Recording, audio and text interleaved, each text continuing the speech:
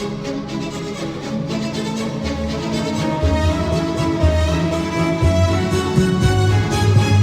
live play.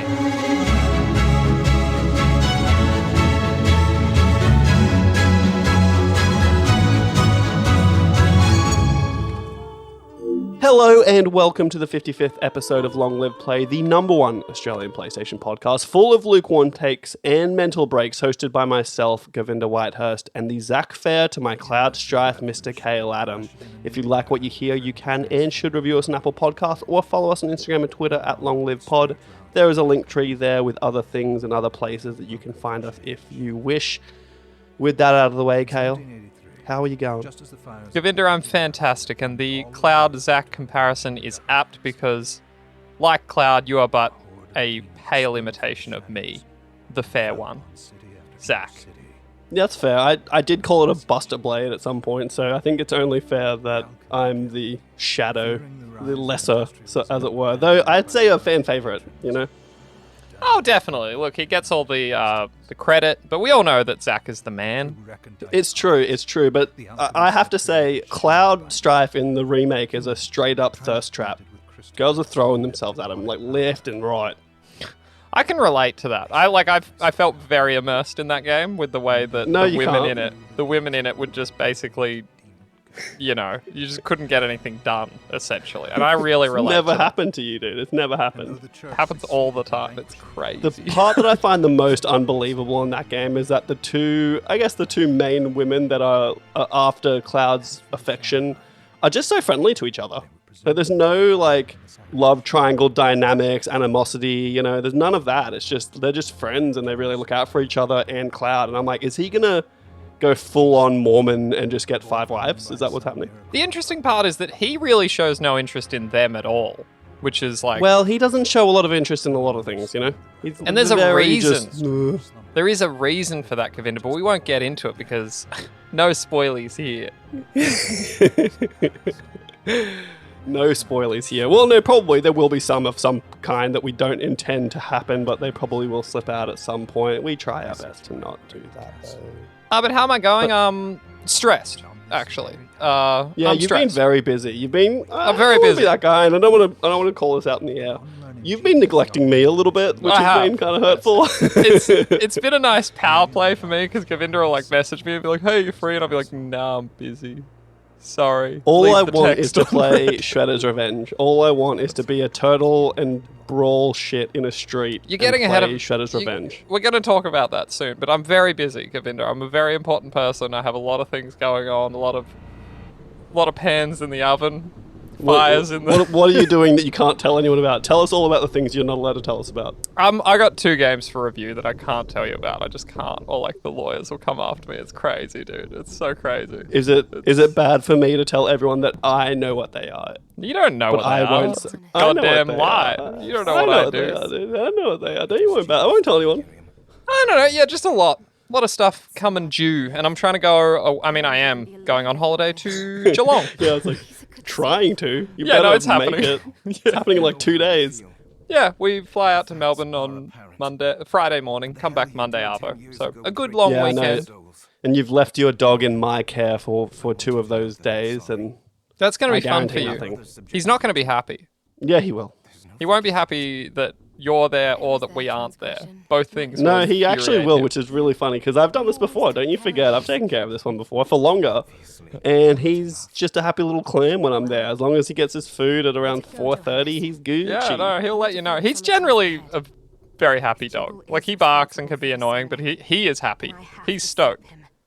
Couldn't give it away. That's what I mean. He doesn't care that you're not there. He's just happy that I am. Now he's gonna miss me. I think he will. Yeah, you hope so. Now, I don't think I mentioned this to you, but I think I did mention it last time. If he poops, I'm just gonna send you a photo of the location, and then you can deal with it when you get back. That's probably fine. He mostly poops out by the pool. There's usually a couple of little nugs hanging around for me. I'm gonna make one I'm gonna do a Amber Heard, and I'm gonna make sure one is in your bed. That's incredible. That's you should be given an award for that joke. That was timely. Thank it was you. heroic. And I know what side of the bed you're on, so it's all good. How are you going? Yeah, I'm going pretty well. I am hovering my hand over a cart full of computer parts and to buy the computer that I spoke about buying, and it's just a lot of money that I can afford because I've been very busy with work, and it'll be fine, but it's also still a lot of money, so I'm hesitant. But I still have 8 days to really pull the trigger, so I can still claim this year. You should just do it. I've had to hear about it too many times in the week since. I think you should just pull the trigger right I'm now. sure. I know. I should. And it won't be right now. And I said it was a metaphorical hand hovering over a metaphorical card. It's not really done yet, but I know where I'm buying, and I know what I would be buying, but... You know, it's just it's a lot. It's a lot of money, and I'm worried about it. I'm like, what if I just hate it? What if I hate PCs like I already do? And like, what am I gonna be a streamer all of a sudden and be like, yo, what's up, guys? Welcome to my stream. Like, I'm not gonna, what's up? But I do want to play Escape from Tarkov pretty badly. That's fair. It's real. When I got mine, I definitely, there was a minute where like I fired up some games, had an incredible time, woke up the next morning and just looked at my bank account and was like, what have I done? But immediately, like, you give it a day and you're like, no, this is actually fucking pretty sweet. And also, you just forget about it. Like, you just... Yeah, it's... Eventually, you're like, what? It's gone now. It's fine. It's kind of how I look at things. Like, I save for things long term, but at the same time, you're like, it's what money's for. Like, get the things you want. What else you got to do? Yeah, I know, but you've already bought the house. You know what I mean? I just have accepted, I think, now in my life that I probably won't buy a house, at least for a while, and at least anywhere inside a central, like inside Brisbane, inner city Brisbane. I mean, I don't know. It just came together for me. I never really expected it. Well, you bought out kind of, quote unquote, in the sticks. I live in the quote unquote sticks. Well, you don't. You do. I get what you're saying. Technically, I do. It's rural, so you kind of do, but it's not the same. And house prices in your area are not even close. It's actually basically the polar opposite. It's way overpriced. But anyway, that doesn't really matter. But otherwise, I'm good. Honestly, I have no idea what I'm going to do in that little rural town of yours for the 2 days that I'm there, other than, like, I'm going to get there early Friday and just work from your house. That's fine. Can you disconnect both your monitors from your PC for me before you leave on Friday? I mean, I guess I can. Nah, I'll see if I remember that. I'll do it. I just don't want to be the one that breaks your computer. I'll know if it was you. No, you won't. And anyway, it's pretty good. Also, work's been so busy. I have no time to play games except for like the weekend, and that's kind of it. Well, speaking of games, we should move right along, Govinda. Now, I thought you and I, we're going to talk about the games we've been playing, and I thought you and I had an understanding last week on the air. We said we were going to finish up the quarry. We're going to come in here hot. Yeah, you gave me a lot of shit. You said you were disappointed with how little of the game I had played. Yes. I heroically pushed through, and I have completed the quarry. I've finished it. Yeah, I did something better. I think I did something better, though. That's all I'm going to say. I have some ferociously hot takes about this game, and now they have nowhere to go because you we can still talk about it. So we did a similar thing. I got to like chapter 9 to find out this morning from Khayl that there was only 10 chapters. So I'm like at the end of the game. I'm not like super invested in it because like overview take, large overview. It's kind of average, pretty average. It is fine. Aaron and I really argued about it, actually. we really got into it. There are like things that let it down. I think it was good overall. And like, yeah, maybe it is true I'm sort of putting Until Dawn on a bit of a pedestal. But I don't know, like I actually remember being scared in that game, and I don't know that ever happened in this game. Yeah, there's just a lot of this. There's this thing that they do pretty regularly. Well, it's not even that they're doing it. I don't know if they're actively doing it because that'd be strange. But the characters' tones do not match the situation they're in at all. Like their lack of a sense of urgency when their friend is like dying somewhere and they're calling for help. And I was like, there's just this real weird juxtaposition between the way they are acting versus the situation that they are in that really throws me off. And then there's also this weird thing where Until Dawn, I haven't played it since I guess it came out on PS. I think it was 2015 it came out. But I feel like the quick time events are kind of pointless. Like, they're so easy, and I don't ever feel like I'm gonna miss them, and it just honestly is really strange. Whereas I remember with the Until Dawn, there's those moments on Until Dawn where it would use the motion sensors in the control, and it would be like, oh yeah, don't move, and you would sit there and be like, and it's really hard because they'll know. Yeah. Erin, not a huge gamer. She's played games, but like she said the same thing. She was like, literally, we never failed any of them. Okay, she failed one shot, like when she had to aim a gun and shoot quickly. That she did fail, but like because I don't know if this is correct, but in Until Dawn, it felt like there were more buttons you needed to push, whereas this, it's just analog sticks. It's like you just push the stick. Oh, and honestly, it's really super confusing because it's a stick that you have to push, but it looks like a circle icon. Yeah. So every single time it popped up, I would push circle and push the stick because I just wasn't sure if just pushing the stick would lose it for me. But yeah, it just seemed super simplistic. You're either pushing a stick or you have to tap X really quickly. Those are the only two things that can... Or you doing like I think it's hold R2. When you're like, it's like the equivalent of stay still in Until Dawn, but you're like hiding and it's like hold R2, and I was like... Even that, I think that's the... It doesn't matter. I think it's the X button, and you just hold your breath, you mean? Oh, yeah. And I'm just like, none of it felt... I have an issue with that because I spent... And again, I think we should probably talk about this deeper once you're done, but I kept waiting in this game for that mechanic to fucking evolve. Like where something scary is happening, you hold your breath, you hold it till the meter goes all the way down, and then you release it, and then you pass. And I kept waiting for the time where like you do that, and then they come back, and like maybe you released it too quickly, and they never do it. Or at least not in my playthrough. It just... Yeah, honestly, I don't know, maybe by the end of it I might feel different depending on the ending that I get, and it'll be interesting to talk to you about like what you did and how it went. Although I don't know if I'll remember everything that I chose and all the choices I made. Without spoilers, Aaron asked me this. This is not even the podcast anymore. I just want to know for us. Has anyone died for you at all? No. Interesting. We had one death throughout the whole thing. And even that I think we could have avoided. In the middle?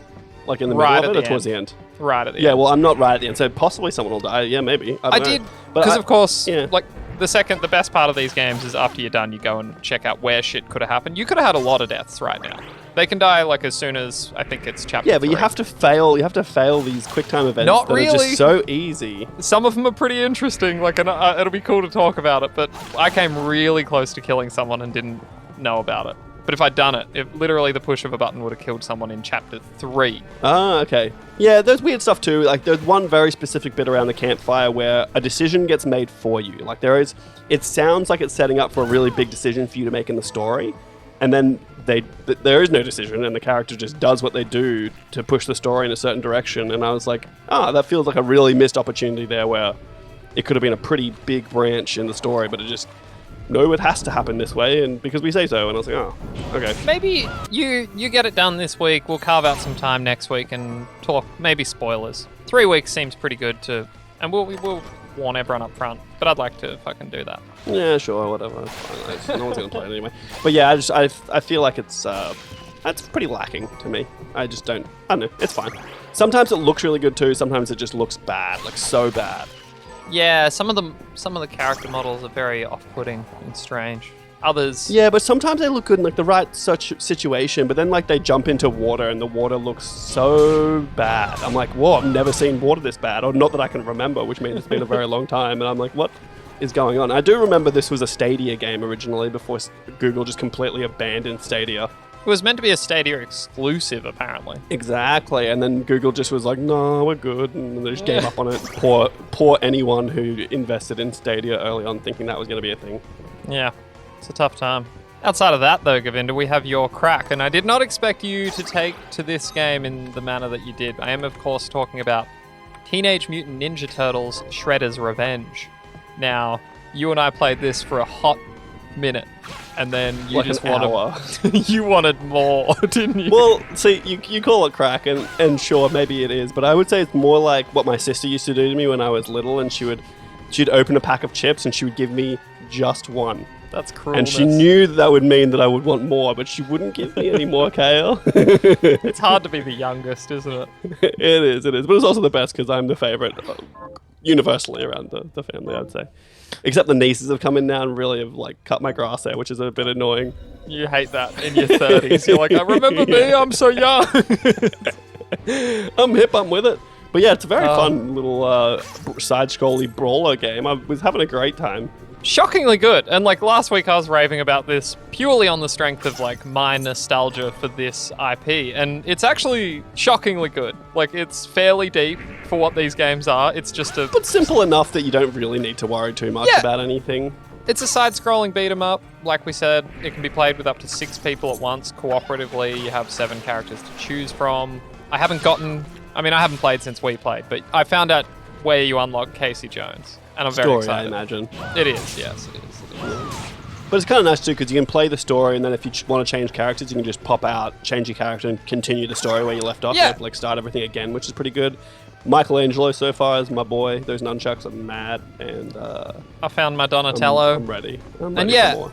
And like you said, there's like just a very light RPG. Like you level up and you get little bonuses. It's very light, but there's something there. But it's something. It's something. And each character has different stats, plays differently. It's pretty cool. I'm very excited to play more of it, but I'm sorry to tell you that I'm not going to have any time until like next Wednesday. Also, I'll be away from my PlayStation for like 5 of those days. That's part of the reason. Yeah, I don't know if I trust that. And I don't like this Khayl. I like the old Khayl that would work like until midday and then have all the time that's free after that. And that was the best kind of Khayl. You hate this creatively fulfilled Khayl, just crushing. Do you feel fulfilled? I do. I'm at the fucking top of my game. One of the top young rising video game journalists in the world. It is interesting because Push Square, like, I swear there's only 4 people that write for Push Square. And now there's a 5th. Yeah, honestly, I was looking at it the other day. It's like, okay, so Sammy Parker, like, it's just like the same, like, 4 names that come up, and then all of a sudden it's like Khayl. I'm like, oh, it's actually pretty chill. They are machines. They are literally some of the best in the game. I've been in awe for years because of exactly what you just said. They cover so much. But other than Shredder's Revenge, I'll just mention it. I finished Final Fantasy VII Remake, finally. I got there at about... and I'll just say as well, I've got something... It is PlayStation for review, and I can talk about it next week. That's where all my time has been this week. Oh, okay. Well, I don't know. You didn't seem like you needed to interrupt me for that. You could have just mentioned it next week. I just had to. No, I had to. I really did have to. No, it seemed unnecessary, but hey, you are the classic. You are the Oprah of this show. What does that mean? Does that make you Dr. Phil? Ooh, I have a mustache, so I guess it kind of works. You are balding. No, Oprah was notorious for... No, it's you. Oprah was notorious for interrupting her guests. Oh, I didn't know that. Yeah, so if you go back and watch Oprah clips, she does interrupt people quite often, and that's why I called you the Oprah. So I finished Final Fantasy VII Remake. We can talk about that a little bit later, because it was Final Fantasy VII's 25th anniversary this week, which we will be talking about in our news that we care about. So I did finish it. I have thoughts. We can talk about it later. But I was in this void. I was like, what do I do with my life now, dude? Like, what do I play? I'm not taking your calls. You know, we're not playing Shredder's Revenge. Khayl's ignoring me. All I wanted was Shredder's Revenge. I would have played it all week, but Khayl's just been dodging my calls. It's been crazy. So then I was like, okay, so I can I'll go back to Death Stranding now the director's cut for PS5 is out, and I can continue that, because I think the bit that threw me off at the start was the start is very slow of Death Stranding. Like, it takes a long time to get the bike and kind of get momentum in the story. And I think I'd just gotten there, and then a BT killed me, and I was like, I'm out, you know? So maybe I can do that again. But then I realized that I still have Cyberpunk 2077 on my console. Yeah. And then maybe I should jump back into that and just try and give that a red hot crack. So I did. I did do that. I did also download Death Stranding, maybe. Well, I did do it, but I don't know if I'm going to play it. But I'm playing Cyberpunk again. Like I'm continuing since I last played it on the PS5 version. And my lukewarm take for this show is that if Cyberpunk released on PS5 in this state, it would not be nearly as panned as it is currently still. Still, people are panning it for what it is. And I think if this is what it came out as day one, people would be like, this is a pretty good RPG with some flaws. I think people would still be pretty disappointed, like, considering what they put out before this. Like, and again, like, I kind of agree with you. I've played a little bit since the PS5. It certainly, like, feels a little bit better, but it's also, like, just kind of weirdly empty for such a massive city. Like, the fucking NPCs are so weird. There's, like, it feels like there should be, like, gangs or something, and there just is nothing. You go to, like, the bad part of town, and it's just like the same as the part you start the game. They're just a higher level. You know, there's no like danger or... And I think part of the problem was that CD Projekt Red came out and said what the game was going to be before they made the game. And I think gangs was meant to be a part of it. Like, I think that was actually meant to be a thing with gangs and territories and stuff. But I think you play it now, and I don't know, I think of... the direct comparison is Fallout, right? And I don't think... Obviously, Fallout's post-apocalyptic, so the emptiness works in its favor. But it's empty, but there are people around. They just feel kind of vapid and empty, so you can't really interact too much with them. And there's definitely still bugs, like... You know when Johnny Silverhand, when he talks to you, like, the controller makes a noise and the mini-map starts shaking and the noise just keeps going until that little vision that you're having subsides. But that happened to me, and then all that shit didn't stop happening after he was gone. Yeah. And I was like, God damn it. So I had to reload and whatever, and that was fine. And just little bits where I'm in one of those BD brain dances, and I'm trying to, like, skim through it, and I'm just trying to get through it because I've done it before. Like, this is what I did know the one game you're talking about. So I'm trying to get through it, and like dialogue's overlapping awkwardly because I'm skipping through it, but they're still back on another piece of dialogue earlier on, and so it's definitely not perfect. But maybe it's the DualSense, but the guns feel pretty good. In fact, like they just feel heavier when they take shots, and it's still kind of the aim is still a bit weird and awkward, but I think that's at least better. I don't know. I was playing and I was like, I'm not hating what I'm doing right now, and it feels pretty good, and I was hacking shit and things were happening, and I was kind of understanding it all a little bit better. And I was like, I think this is not a bad game. I just think it's not what we were promised. No. And it came out 2 years ago almost at this point. So the fact that I'm only saying that 2 years later is pretty telling. My issue is that it just never really took off. Like, the intro is, like, clearly where so much of the effort went to. Like, everything with fucking, what's his name, your friend. Doesn't matter. Yeah, you got your buddy. Yeah. But, like, nothing after that. Because I got pretty far. I got to, like, the point in the story where you actually, like, go out of the city to where the Nomad character starts. And there's, like, a whole arc out there where you, like, something with, like, a power supply or a power station. And the stakes never took off for me. Like, it's like everything that is set up in that intro is, like, pretty awesome. Like, when you actually do that big, you know, the heist, and you get in there and you do the escape and everything, it's wild. And then it's like, I spent another 10 hours with the game and I couldn't tell you what happened. No idea what happened after that. It's interesting because, I'm playing it again. I'm picking it up probably a few months after I started the PS5 version just to kind of get through what I'd done before. And, like, the stakes are there for me, at least. I'm like, okay, well, you're going to die unless you can get this Johnny out of your brain. And so the whole thing is just, like, self-preservation, trying to get yourself out of that situation. And I don't know, it makes sense to me. I like those scenes, like, where you go to sleep and, like, he starts appearing more and more, and, like, it starts getting more... Actually, now, I'm remembering something now. Like, there's a bit where you actually play his memories out, and you're like, I think that's earlier on a little bit, because you do that, like, you see him and what happens to him to become the chip that he's on Anyway, getting sidetracked, but it was more just we'll see how it goes, and whether I'll stick with it, I don't know for sure. It definitely feels a little bit wonky in a lot of places, and I think the UI and the way, like, too many weapons. Like, why am I? It's like a looter shooter, and I'm like, this shouldn't have been a looter shooter. Like, it feels. Should be a little more selective. I shouldn't have 12 handguns in my inventory. You know what I mean? It's crazy to think. Like, we know they're working on The Witcher 4, but, like, they gotta fucking carry this burden for a few years yet. Like, I believe they promised 2 big expansion packs. We don't have one yet. So yeah, well, they promised it. I guess they'll have to do it. I know one's coming. I guess they announced that not long ago, but the other one, who knows? Yeah, Jesus, this could be like another 2 years before we see that. All right, Govinda, how about some quickfire news? Yeehaw. First up, we've got a Gran Turismo movie coming to us next year, Govinda. Can I tell you what it's about? I guess so. If you must. The first line blows me away. Based on a true story, the film is the ultimate wish fulfillment. Rough sentence right there. Tale of a teenage Gran Turismo player whose gaming skills won a series of Nissan competitions to become an actual professional race car driver. I can't believe they're making a movie of this IP of all of them. The one in which there are no characters.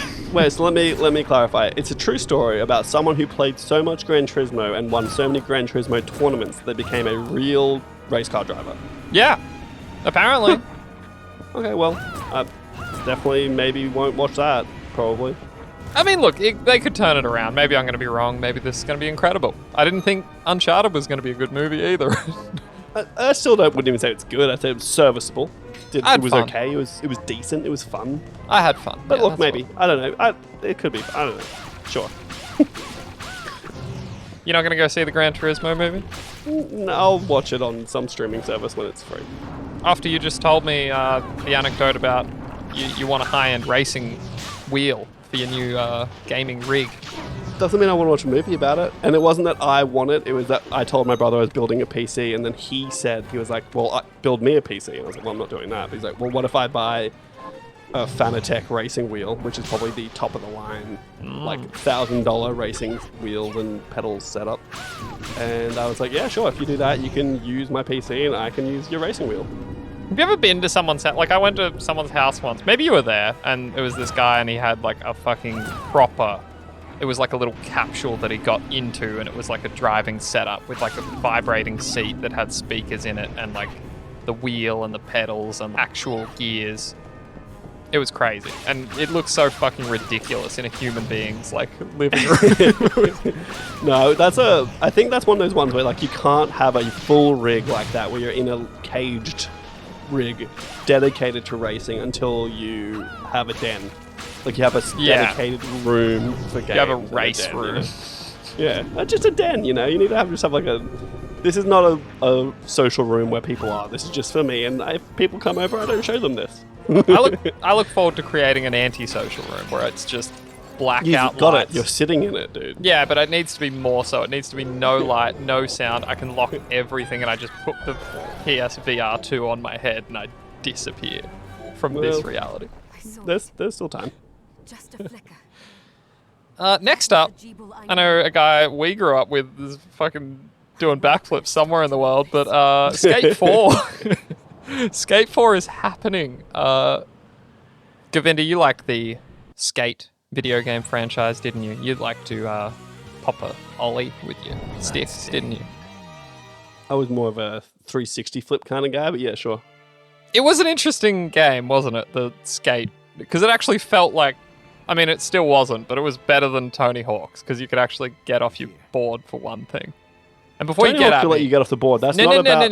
No, it didn't. Only Tony Hawk's Underground would let you do that, Govinda. Yeah, way before Skate ever came out. I don't know about that. It wasn't only Tony Hawk's Underground. It was Tony Hawk's Underground and beyond. Every Tony Hawk's after Underground let you get off your board. I don't think I ever played one after Underground. I got to be honest with you. You shouldn't have, because Underground's the best one. I actually am hoping one day somehow they release a remaster of Tony Hawk's Underground, because I will play that. I might be able to do the next best thing for you. What if Skate 4 was revealed in July? Well, Skate 4 has been revealed about 2 years ago. They announced it already. Fully revealed, Govinda. You could see all like the mechanics. Yes. I don't really care about that necessarily, but I would love them to just release the game, because I think this is my guess for this, is it's going to be a predominantly multiplayer experience. And I want to get my boys together, get on a board, find a spot, and session the shit out of that spot, dude. I had this thing when Skate came out originally where I would be driving around and I would look out my window and be like, I'd skate that. Just pointing at random objects in the world. Yeah. Not in real world, but I would skate the game that. You know what I mean? Well, look, this Skate 4 thing, it was announced 2 years ago. Tom Henderson, he's out here. He's citing anonymous sources. He thinks it's happening in July. We're going to finally see this thing. I'm excited. I'm ready. I need this to happen so I can get the boys together and start sessioning some rails. You keep going back to this predominantly multiplayer thing. I remember these things having like a full-on campaign, right? Like, weren't they? Yeah, Skate 1, 2, and 3, I think as they went on, became more and more multiplayer focused. And I think being the world that we're in today, Skate 4 coming from EA is going to be a game service. Game as a service. It kind of makes sense. They add new shit. It's like, different seasons you get. I it kind of makes sense.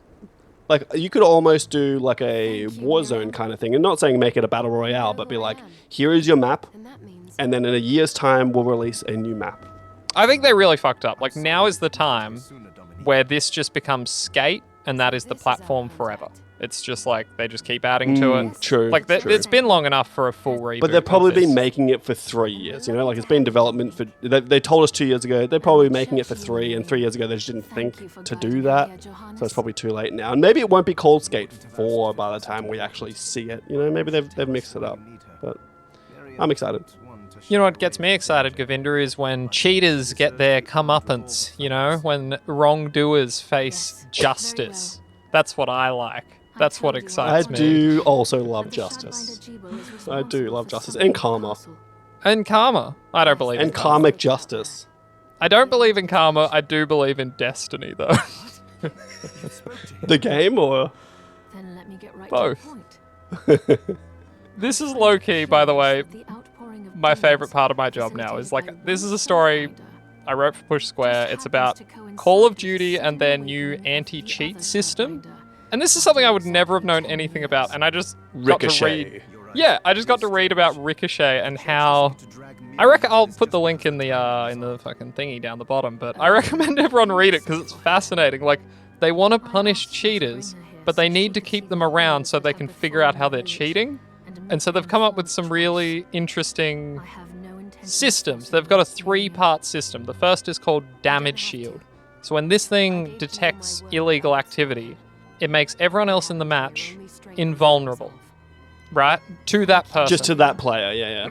Yeah, a little bit of damage is registered by them so that you can tell that they're cheating, but it's also frustrating for them because they're dumping whole clips into legitimate players and they can't kill them. So it's like, you know, it kind of makes them a little sad, makes them a little mad, I would imagine. If that wasn't enough, Govinda, then we have cloaking. And I love this one. So when this detects you, it makes the cheater invisible, right? They're put into like a grey void where they can't see or hear anything else. And oh, sorry, I fucked it up. Everyone else is invisible to them. They're put into a void. Oh, okay. I was going to say, I was like, that is a cheat, making yourself Yeah, no. invisible. I was like, what? That's my bad. Yeah, so you're the cheater, you can't see anyone, you can't hear anyone, and you just flail around, everyone else can murder you. Everyone just... Oh, you're still in the You're still in the That is game. sick. That Yeah, is but sick, yeah. you just get to punish them. And the latest edition is one called Disarm, and it just simply removes your weapons and even your hands in the game. So everyone can see that you don't have a gun, you don't have hands, and they can murder you, and they know that you're a dirty, rotten cheater. And you will get teabagged. I can guarantee 100% teabagging on that one. I did see, though, on PC, people are finding ways to get around this system, and like that's I was a just problem. going to say. I was just 100% going to say, like, this is... Ricochet is not new. They've had Ricochet around for a long time, and it just doesn't seem to work, and the cheaters are smarter than Infinity Ward or whichever developer is making Call of Duty at the time, so... It's cool in theory, but I just don't think they'll be able to catch everyone, let alone a vast majority of cheaters, so... We'll see. I don't play enough multiplayer games. Like, my experience with cheaters is when we play Hell Let Loose and you get so angry and you accuse people of cheating. And I don't know that I've ever seen evidence of anyone cheating in that game. Think I've really ever done that, if I'm being honest. That feels like full slander. Now, in Warzone, I would accuse people of cheating all the time because you watch the kill cam and you go, you're cheating. Shooting through Like, the wall. it's not even a question, is you tracked me through the wall, and then when I popped out, you snapped to my head and you didn't miss a shot on my head. You're cheating, for sure. It's a lot. Yeah, it's a lot.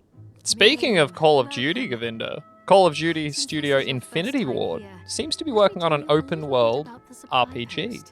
This is according to a now advertising for a dude providing, quote, the best narrative and cinematic experience in an open world RPG, end quote. Like, I'm just skeptical. I don't know that these guys can do literally anything else but create Call of Duty after this long. For sure, and I wouldn't be surprised if the RPG they're working on is a military style, like, military setting. But the interesting thing is, I think the engine that Infinity Ward has created, I think it's just called the IW engine, is actually very good. Yeah, right. It looks so great. Whether it can actually be implemented to, or be used to make a RPG is yet to be seen. Because I know some engines just are not suited to certain styles of games. So who knows? But it's interesting to see them do something different. I guess this goes on the heels of them saying that they're going to take some time off Call of Duty and give it some breathing room, which I think is sorely needed. insert it. I'll be keen. Yo, this just reminds me why I need to keep an open mind, because I didn't even want to include this. You put this story in, but the second you described like maybe a military RPG, I was like, oh, that actually does sound kind of interesting. I could probably get down with that. Yeah, I'm keen. For some reason, my mind goes to like, they want to make Skyrim. They want to do like a fantasy RPG. That's what I think when I see this. No, I really don't expect them to be doing a fantasy-style RPG. I think it would only make sense for them to stick in their wheelhouse, but do something like Ghost Recon's been trying to do forever, but maybe actually do it well. Wildlands was so bad. I actually paid for that game. I played it for like 3 minutes. It was on sale, but I still regret that one. Such a bad game. It's crazy. I just didn't... It looked so good in the demos that I saw them play, and then I actually played them. I was like, this is awful. I don't know what Oh, wait. What's the one with John Bernthal? That's the one I was kind of pumped for. Do you know what I'm talking about? Whatever was after... I don't know who John Bernthal is. He was the Punisher. He's like the new Punisher. He was the guy out of The Walking Dead. Oh, no, I've no idea. He was in the next one. He was like the villain. And I remember like watching the trailer and getting pumped and be like, yes. And then... No, I'm just thinking... I think it was Wildlands. I think that's the right one I'm thinking of, where you like lie down, you can cover yourself in like leaves and shit. I think anyway, it doesn't really matter. Yeah, it's a whole thing. It doesn't matter. Let's move right along, Khayl. Next up, we had the announcement of Dragons Dogma. So there was 2 events this week. We're going to talk about... Dragons Dogma 2. Sorry, Dragons Dogma 2. Good catch there, Govinda. We're going to talk about the Final Fantasy VII event a little later on. But just as a fun little insight, it was really interesting to see. I'm in these Slack channels. Like, I mean, people like Dragons Dogma, but like this event where this game was announced was scheduled for the exact same time as the Final Fantasy VII 25th anniversary event. Yeah. And no one wanted to cover Dragon's Dogma. No one wanted to take their eyes off Final Fantasy VII, whatever was going on over there. Thankfully, it turns out we didn't miss much. They said, yes, it's happening. We saw a logo, no time frame, nothing shown. Nothing. You saw nothing. Nothing So essentially at all. it was a Dragon's Dogma retrospective. So it was like a 10-minute video of them talking about the development of the original Dragon's Dogma, how they got there. I think it's the same studio, same developer who did Devil May Cry, or some of the Devil May Cry games. And it was just a retrospective for ages. And then at the very end, the last 20 seconds of the 10-minute video, they undo their shirts, and it just says Dragon's Dogma 2, and they're like, it's happening, please be excited. The classic Japanese, please be excited. And then that was it. And I was like, oh, okay, so that's cool, I guess. Yeah, it was fine. I don't know, Dragon's Dogma was not a game that I ever played or really had interest in. We talked about although it. I did see fellow Australian Alana Pierce losing her mind to the fact that Dragon's Dogma 2 existed because she loved the first game. I really don't get it as having played it. Like, I just don't understand how it achieved this cult status. To me, it felt really fucking wonky and half-finished when I played it. And admittedly, that was before the revamped version came out. But it was like, it's pretty rough. Pretty rough. Did you play it near its release, or was it like quite later that you played it? Years after. This game's been out forever. That's probably why. Sometimes I feel like that happens sometimes, where if you play a game like right near its release, it's kind of new and different and cool, and then if you leave it too long, you're like, I'm going to go try this game that everyone spoke about, you're like, what? You know? It does have a cool system in which you have your character, you create your character, and then you create like a buddy for yourself, where you like customize them. Yeah. The whole idea was to make the AI feel like you're playing with people. Yeah, so you can like loan they're called pawns. You can send yours Pawns, out. that's right. I could get yours into my party. They level up. It's like a whole thing. Well, yeah, during the retrospective, the developer was talking about how, they really were trying to make these AI pawns feel like you were playing with friends and feeling like you're playing with people, even though you weren't technically, And they definitely failed. Like, they 100% feel like just NPC-ass NPCs. They don't do anything unique or special like that you haven't seen in another game. Maybe that was a product of the time, and maybe with the new one, they'll have better consoles, more powerful, AI can be better, they can do more. Who knows, hopefully. I did see something where, like, AI by default is too smart. So they usually have to dumb things down. And some of it has to do with processing power that you have on the CPU and whatnot. But typically AI is like too intelligent, and a lot of the work goes into just making them dumber and more manageable. So it really the baseline should be doable. It very much depends what we're talking about. Like, I'm still waiting for Creative Assembly to fucking upgrade the AI of the Total War games. It's been the same for like 15 years. Like, they can't get more out of it. That's possibly because it's not that they're not getting more out of it or whatever. It's just that they're probably transferring the AI system across from previous games to save time. It's that, and it's like infinitely more complicated to have like a strategy game faction making decisions on the fly, trying to react to you, than to just have like, you know, a fucking bot with a gun move around a three-dimensional space and shoot at you. Like, there's a lot more going. It's got to make decisions on what to build and in what order, and yeah, it's a lot. Yeah, I guess. I feel like computers are a lot smarter than we are, and in theory, if you just put in a very good AI, immediately it would make the smart decisions quickly. But I guess, I don't know, sometimes a lot of it has to come down to like, what can the CPU do? Like, how much power do you want to dedicate to just your AI system as a whole? But also, how much time do you want to allocate to making it and putting it in there and implementing it, rather than just being like, well, we've had this AI system for the last like 6 games. Let's just slide that straight into what we've got and keep on keeping on. It's getting old, I'll tell you that much. It's getting old. Well, I'll find out myself soon with my PC that I haven't built yet. Late breaking story for you, Govinda. This one was just before the show began. PlayStation will not be at Gamescom this year. This was going to be their first event back. Going to be a big deal. Previously, Nintendo, Activision Blizzard, and Take-Two had said they won't be coming. Gamescom themselves are claiming that 250 companies will be there, though. But having Sony pull out, this is only next month. It's a pretty big... Nintendo. Yeah, that's like 2 of the big 3 right there. And Activision Blizzard and Take-Two. Like, you're definitely not seeing GTA 6 there. Good for fucking Xbox. I hope they got some video games to show, because you got the whole thing to yourself. When is Gamescom? I believe it's next month. Yeah, it's August, it's weird that Xbox would be there and then they just had their own showcase. Sorry, it's 2 months away. It's only June right now. It's the end of June. It's in August. Yes. Yeah, it's in August. Okay. But it's just weird that Xbox would have their showcase and then 2 months later have another showcase. Like, I just don't see that happening necessarily, but maybe we'll get a better look at Starfield and stuff like that. I don't know. I just think that regular conventions are kind of dead. And I think E3 would be, if it does come back next year, it's going to be as dead. And Sony's found out that why spend millions of dollars doing a showcase at an event like that when you can just do them online way cheaper.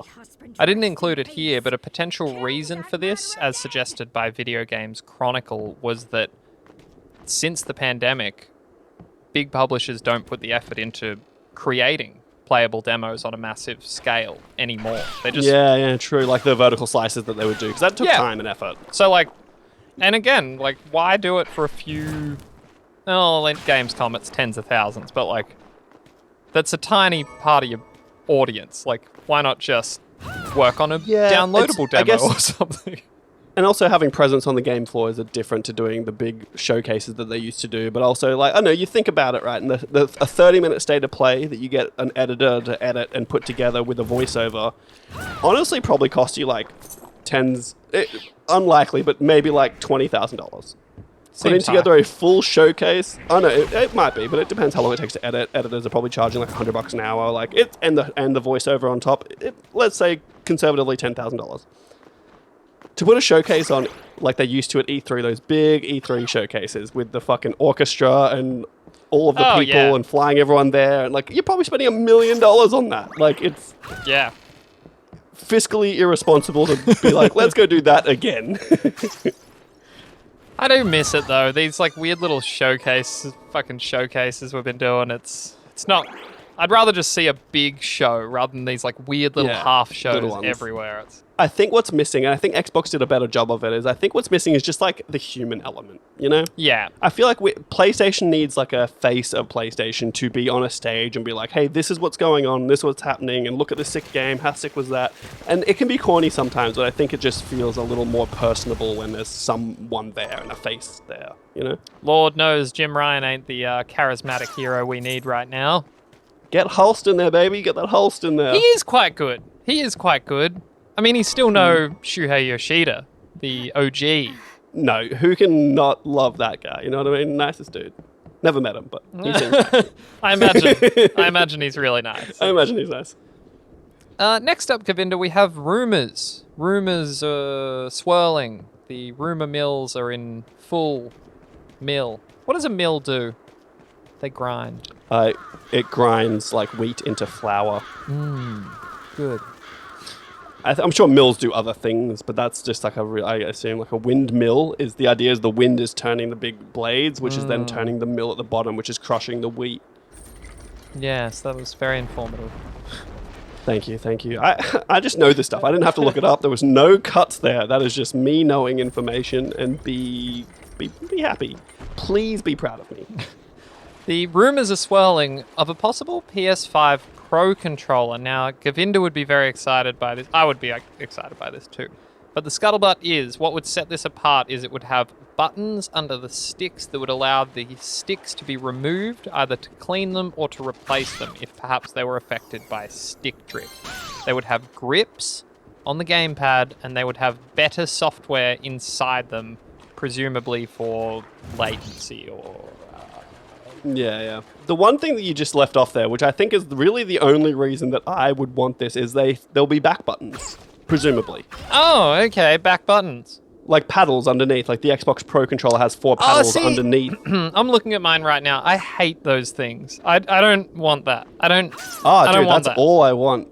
Any shooter that I'm playing, I need them. And it's going to be something to get used to, but I need them in my body. I don't even need many. I need 2. Give me 2. That's all I need. The issue is, maybe I'm just not looking into it enough, is like, I never know how to set it to that. Like, you go to the controls, you like assign the things or whatever, but like, not every game supports that. Like, it lets you assign custom controls. Most shooters do, and I think that's really where it comes into its own, is like the shooters. But I'm also thinking of games like when like Diablo 4 comes out, there's usually way too many skills for you to manage on a regular control. Yeah. And they usually come up with smart ways to do it, but if I can add some extra ones onto 4 paddles underneath, I'm all in. I'm sure I've talked about this, but still to this day, the best thing I've ever seen is Final Fantasy XIV.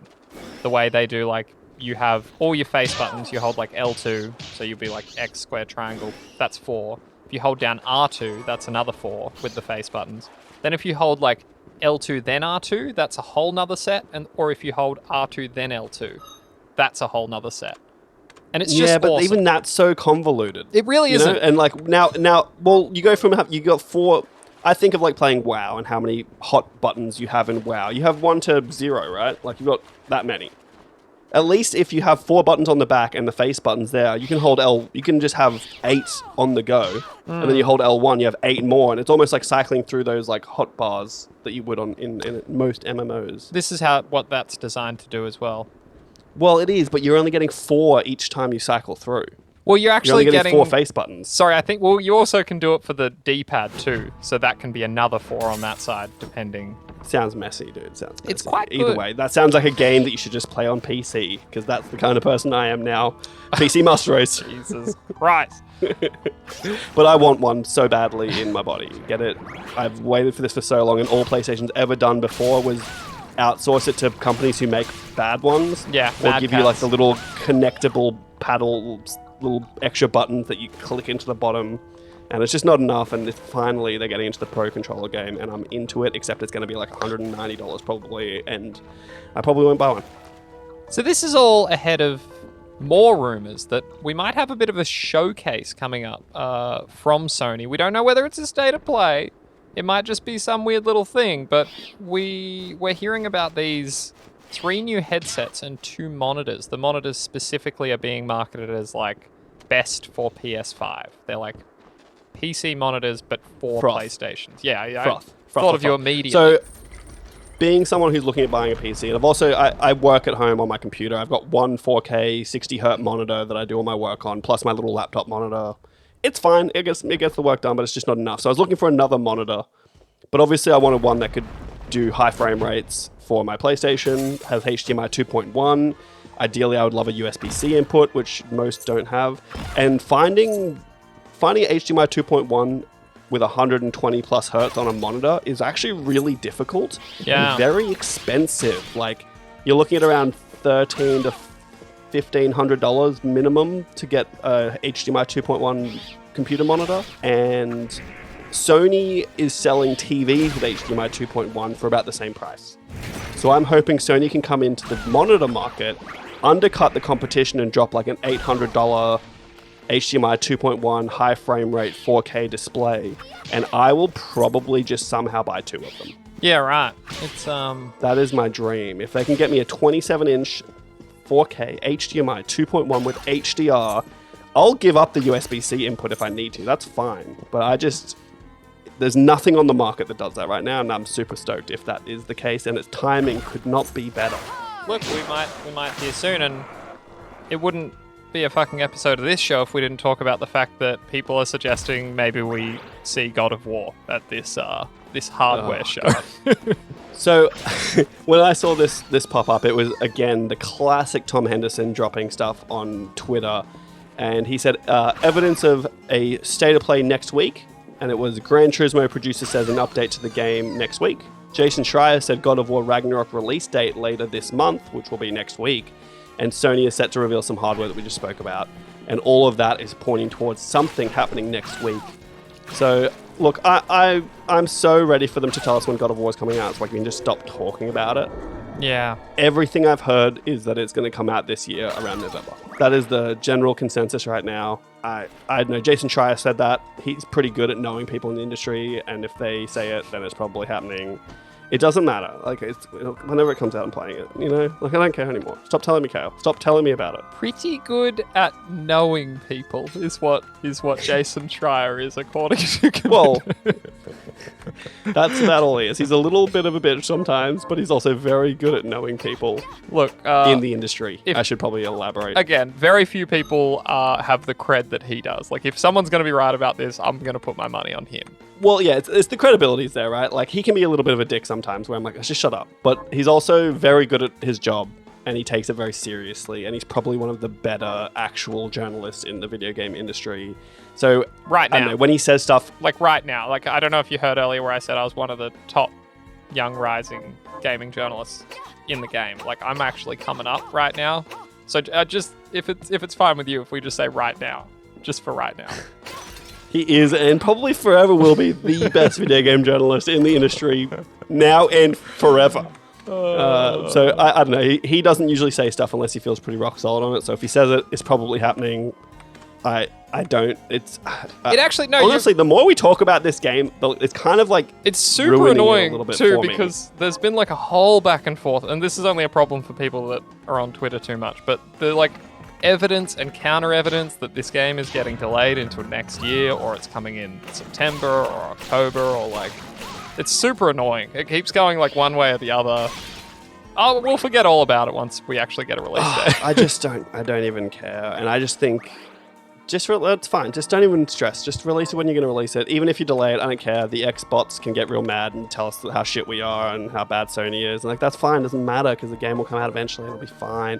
And I think after our conversation where you were saying it's hard to like recapture, with Horizon, it was hard to recapture that same like sense of wonder that the first game did. I think it's going to be probably similar for God of War. Like, I don't think it's going to be as amazing as the first one just on the fact that we've already had the first one.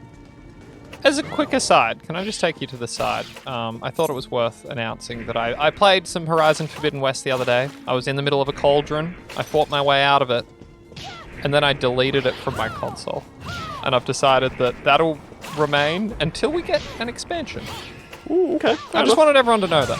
Just needed that. That's okay. Well, you do, but you do that. Oh, but I finished games. I will say, fuck you, of course. That update that just came out is awesome. Like the performance mode that like meets in the middle, where it like looks way better, but it still runs incredibly, is really good. Like they should. Oh, nice. It's really well done. Did you turn on the instant pickup as well? Yes, I did. That it's amazing. Was the biggest game changer. Yeah. I was like, damn, that's so good. Especially coming from Elden Ring. That was such a key update. Good thing it wasn't there for most of the hours I've spent with that game.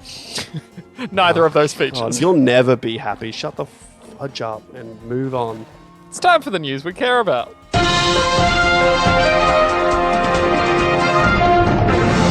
Govinda, now we're going to talk about Final Fantasy, your favorite gaming series. Well, I meant that as a joke, but it could be real at this point. I don't know. It's like I've played a lot of them, I guess. And You're in a thing right now. You're doing a thing. It's kind of annoying. Yeah, look, I finished Final Fantasy VII Remake. I think I'm going to reiterate my score again. It's about a 7.5 for me on our scale, which is a great game. It's still a great game. It's way above average. Awesome. It's easily the best cast of characters in Final Fantasy, and I stand by that, and I'll fight anyone who says different. They're the best. All of them. They're awesome. It's not, like every game that I can think of otherwise has like a weak character in it. I can't think of one right now in Final Fantasy VII. But this game was stretched so much to fit to make it like worth being its own game. Yeah. Like I could feel how stretched it was. Like you go through the same slums areas like 2 or 3 times each. Yeah. Oh, it's daytime now. That's the difference. It's not nighttime anymore. That's cool. Like they obviously were just reuse the same areas because we kind of have to. And then you get into a little bit of a spoiler, but anyway, you end up in Shinra's building. Not a huge spoiler. This is where we need to fucking have some kind of come to Jesus moment, because we're talking about a game that came out 25 years ago, and it's very weird that we're all pretending like we don't know what happens in this game, or like there should be we don't. Well, and we'll talk about that. Yeah, we'll talk about that as we get into Final Fantasy VII Rebirth. But just for the record, what you're talking about is a reveal in the original that takes place like an hour into the game. Yeah, that is true. It's not the end of the game or anything. It's I think this game, like a lot of people didn't play Final Fantasy VII originally in '97. That's on them. What I mean? That's on them. But it's like you get into the Shinra building and you get another character who you can't even control. They're just there because I've figured out that they couldn't figure out how to make a 4-person party work in this battle system. They can't do it, so you never get it. You never get the option to like choose who's in your party. Weird they just too. give you who you get. That character just like really hangs out, and it's strange too because they've clearly put in moves and everything, and you could play as them. But it's like, no, that'll be a cool thing for the next game. Yeah. It's And so because you've got the whole team together by this point in the game, they split the team up, and then you get into this really tedious section where you keep having to swap back and forth between them and pull a lever and open a door and then swap to the other one, and it just felt by the end, I could really feel how stretched this game was. They were like, oh, we just need to we need this to go for 4 more hours than it's already going for. You just need to make this section go for another 4 hours. Is that possible? Is that doable? So that's where it comes down for me. The battle system actually felt better the later I got into the game, and a big part of that was like getting haste.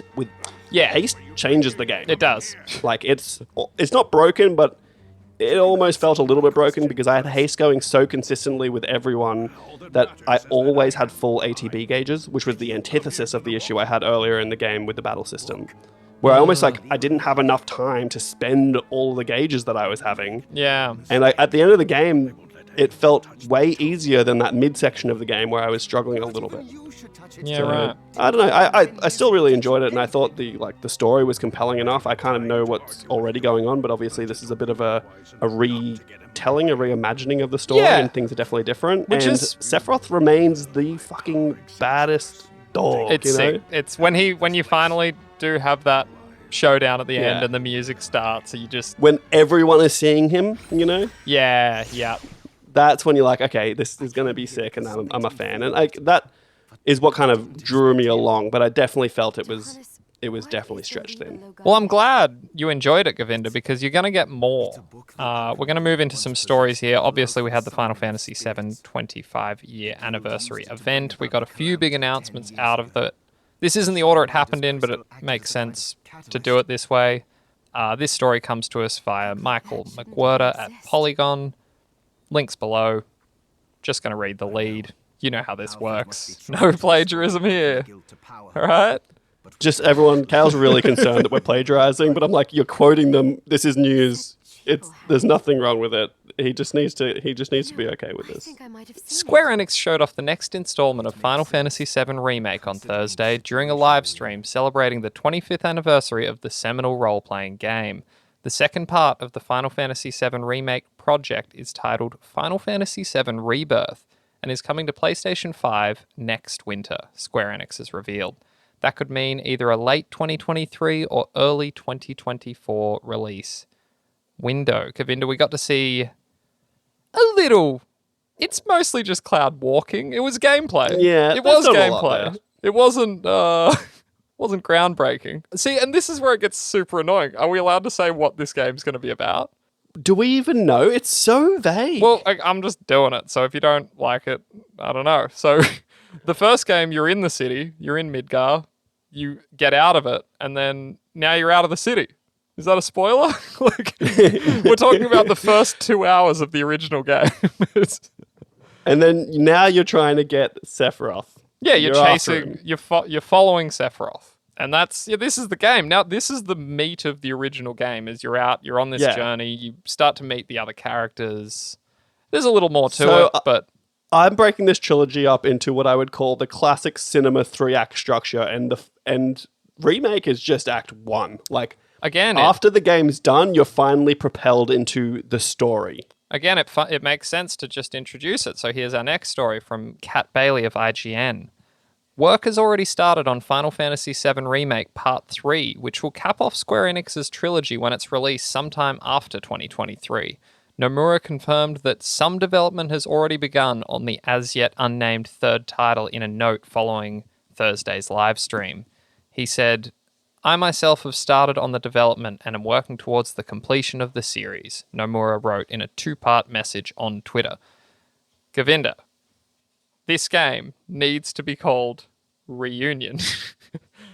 Well, it can't be called Reunion, Khayl, because they also announced Crisis Core Final Fantasy VII Reunion. You can't name it Reunion now. We'll get to that in a second, but again, it makes remake, rebirth, it's got to be Reunion. Again, anyone that's played the original knows why. It would be ludicrous if it had a different name. It would be so outrageous. I just seems so strange to me that they would release, because, well, again, we will get there eventually. Let's talk about Core this for a Final second. Fantasy. Yeah. No, just do the next one. Just get them all out, and we'll talk about all of them together. All right, this next one comes from Khayl Campbell of USA Today. At long last, arguably the best Final Fantasy VII spin-off is making a grand return. During the 25th anniversary broadcast on Thursday, Square Enix announced a full remaster of Crisis Core Final Fantasy VII. Yes, the classic PSP title is coming to PS4, PS5, some other console no one's ever heard of, and our favourite, PC, sometimes this winter. It's sporting all new visuals, gameplay tweaks, updated voiceovers from the remake cast, and much more. I actually didn't know that. That's pretty cool. So, like, the voice actors of remake. Crisis Core, yeah. No. Of remake. The game you just played. Yeah. The game I just played. So, that one. Crisis Core is weird. I played it a bit on PC. It's got a strange slot-based combat system that I never really jived with. Yeah, and it's probably more Kingdom Heartsy than anything. It's very much like you're swinging your sword, you're by yourself, and then you will use the slots to call magic and use materia and like. But it is a strange one. I never finished it. I played it on PSP. Real weird that they called it Reunion though, because I don't know. Why not just call it like Crisis Core Remastered or something? Why not just call it Crisis Core Final Fantasy VII? Like, just leave it at that. Now, the most interesting thing about that, right, is that Final Fantasy VII, this trilogy, seems to be a PlayStation exclusive. And then Crisis Core is coming out on Xbox and Nintendo and presumably PC. Yeah. It's coming out on everything. It seems so weird to give them the prequels on everything and then lock Final Fantasy VII behind just PlayStation. It's a very strange move. Also, it's worth saying they also announced that Remake would be coming to PC. That was a thing. It's actually out. Interesting. It's out right now. It's out right okay. now. Well, yeah, there you go. It seems like it's not coming to Xbox as far as I can tell. No, I don't think so. But it is weird that, they were like, you can have Crisis Core, though. That's the one. Yeah, you can have the prequel just to make you thirsty enough to buy a PC and do that. But yeah, I don't know. Crisis Core is one I played on PSP. I didn't finish it. I don't remember it very well, but I do remember you only play as Zack. And it's I don't know. It's weird. You're in a squad with Cloud, Zack, and you're Sephiroth? New characters. There's a guy named Angeal. You're in Soldier. It's like you're actually playing out those days, and like Sephiroth is like he's not good, but he's in the squad with you. And well, later in Final Fantasy VII Remake, you do see flashbacks that include Zack in there, and I presume you're kind of playing everything leading up into those points and those flashbacks. So look, who knows? I'm a little bit sad that it's a trilogy. Well, what we need to talk about, and it's hard with this strange self-imposed spoiler wall, is that there is a iconic moment from this video game that's going to be in the next, or might be in the next game, Rebirth, the second arc. And this is a moment everyone cried about, like literally. It's like a very emotional moment from the game. We're not going to spoil it. We're not going to. Govinda's looking at me weird. But that moment seems to be the logical endpoint of the second game, I would say. Oh, interesting. I would have thought it would be somewhere in the last game. I'm really like digging deep into these memory banks because I played Final Fantasy VII on PS3. It's really difficult to talk about this without spoiling anything, but I think anyone that played the original sort of knows there's a big tentpole moment that would be a pretty natural endpoint for part 2, and then the rest of the game could be part 3. It's weird though because like from what I remember, it's like most of the game sort of happens after that. Yeah, it's like sort of disc 2 and disc 3. Disc 3 is really short, but like disc 2 is like there's a lot of meat in there, even if it's kind of the weakest part of the game, unfortunately. Yeah, I could imagine they'll shuffle things up. I don't think this game. I think from the trailers and what we're seeing, and even in the remake with the whispers and the little like I call them Dementors because they kind of look like Dementors. That's fine. But like that whole thing seems like they're trying to change the story. And I feel like we're not going to... I think it's going to diverge even further in the next game from the story we know. What I was trying to talk around is that moment, that natural cutoff moment that would be a good end break. This trailer for Rebirth seems to imply that's not going to happen. Like, that is not going to happen. We're going to get a very, very different take from this point onwards. I think that's probably... It's almost a smart move, and I'm not against it because everyone's expecting it now. Oh, yeah, and they kind of blew us all away with Remake. Like, even though we thought it was just a straight remake, it was better than everyone thought. And then they did this thing where it's like, this isn't a remake. That's a lie. That was a trick to tell you. Yeah, so I'm keen. What do you hope to get from these? Like, do you want them to be the same, but just a different part of the story? Do you want them to mix things up a little bit? I like where it's going. I think it's really interesting to get something different. That was such a thing for the last 25 years is like people, again, this event that for some reason we're not going to mention, like people would like, that was like a secret on the playground. It was like, oh, if you do this, that thing doesn't happen. And like, it was like urban I was legend. specifically talking about gameplay aspects where like, because like, let's say if you look at all the history of Final Fantasy sequels, like 10, 10-2, 13, 13-2, Lightnings, whatever the shit is, that's awful. They always change the battle system. I'm going to be in all of them. Super pissed if they do that here. Like, not because it's great or anything, but I can't imagine anything more jarring than if like each part of this trilogy that they want me to get invested in is like plays differently. That would drive me insane. I would be really annoyed. That's what they've always done. This will be the first time in history that Final Fantasy has maintained a battle system throughout sequels. Not they've got that many sequels. But that's sort of getting real meta. That's something they've never done before. They've never had a trilogy where they're all the same. That's the rebirth of Final Fantasy. No, I hate it when you like get a sequel and it's like, oh, I couldn't do that in the last game, but now I can do this move. And there's like no explanation for it.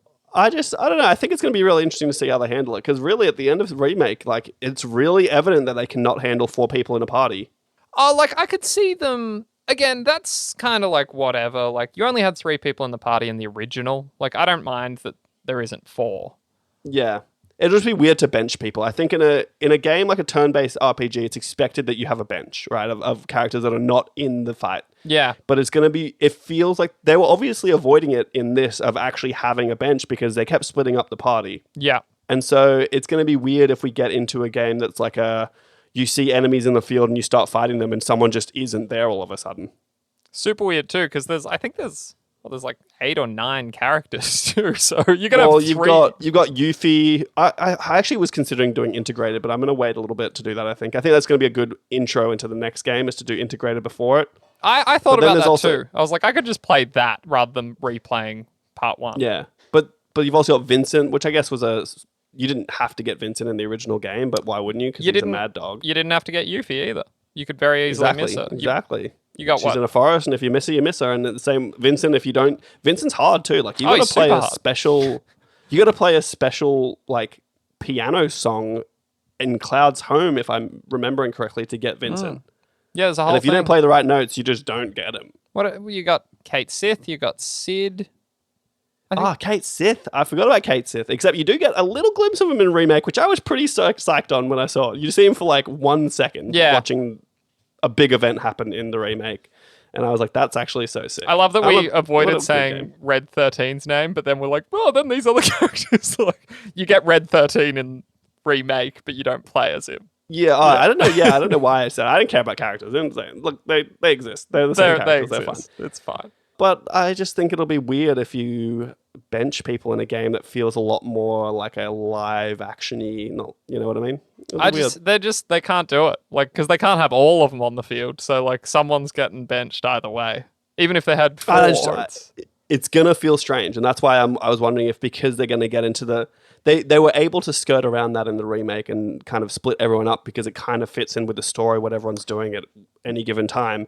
Once you get everyone together, it's going to feel like they'll either need to mix up the battle system or they're just going to weirdly bench people while you're all walking around a world together. I could see an expansion where you are, like, you swap them in live. Like, as you're on the field, like, you can just freely swap. So, like, you've got Sid... You need him for something. So much to handle, though. So you're telling me I've got to swap characters live as well, and then live swap people in and out of the battle? Yeah. That just feels...